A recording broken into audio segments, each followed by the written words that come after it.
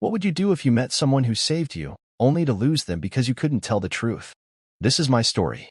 Lisa's story. Where Manhattan ends. That day in New York, it rained like in an old movie. Streets shimmering, people ducking under umbrellas. I was just looking for shelter and stumbled into a small bookstore cafe in Soho. I rushed in, soaked to the bone, shook off my coat, and accidentally knocked over a shelf of books. "Excuse me, this isn't a shelter for wet coats," a voice said behind me. I turned around, it was her. Dark, tired eyes, hair in a messy bun, like someone out of a Wong Kar-wai film. She didn't quite fit the space or time. But for soaked hearts, maybe? I replied. She didn't smile right away, but her eyes did. And that's how it started. Lisa was from Ukraine. She came 2 years ago after a missile destroyed her family's building in Kharkiv. Only she and her sister survived. Her sister stayed in Europe. Lisa chose America. "If I'm building a new life," she once said, "I may as well aim high."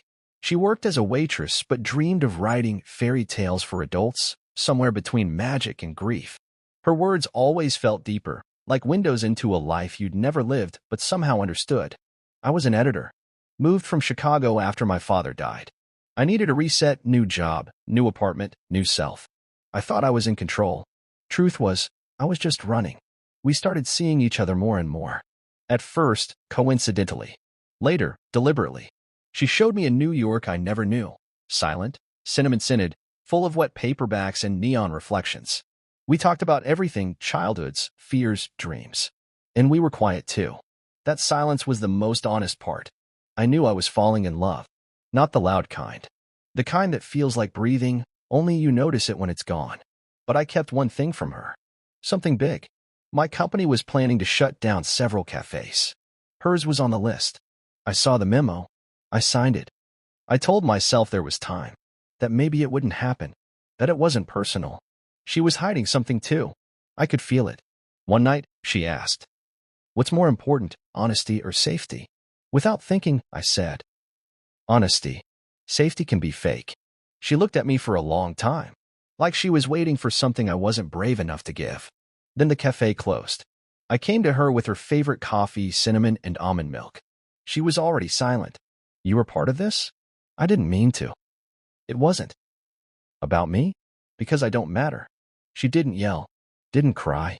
She just closed the door. Later, I found out she'd accepted an offer to stay in the U.S. through a fake marriage.